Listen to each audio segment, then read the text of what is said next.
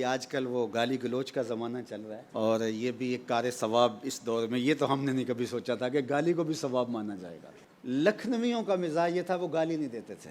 اب کوئی شخص آ کے ان کو گالی دے تو پھر بندہ کیا کرے.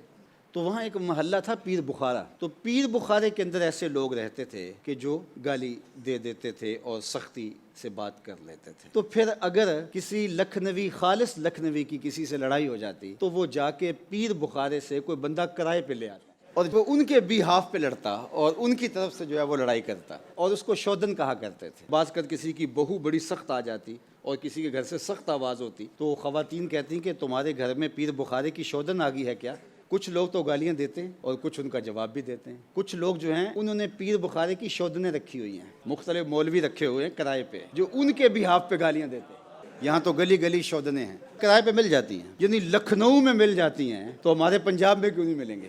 لیکن میں کہتا ہوں کہ ادارۃ المصطفیٰ ایسا ادارہ ہے جس نے کوئی شودن بھی نہیں رکھی ہوئی، اور ہمارا فیصلہ ہے کہ ہم شودنیں بھی نہیں رکھیں گے. سہیں گے، گوارا کریں گے، لیکن ہم شودنیں بھی نہیں رکھیں گے. اور ہم یہ سب کچھ جو کر رہے ہیں شوری کر رہے ہیں، اس لیے کہ جو نسل تیار کر رہے ہیں وہ کسی کام کے لیے کر رہے ہیں.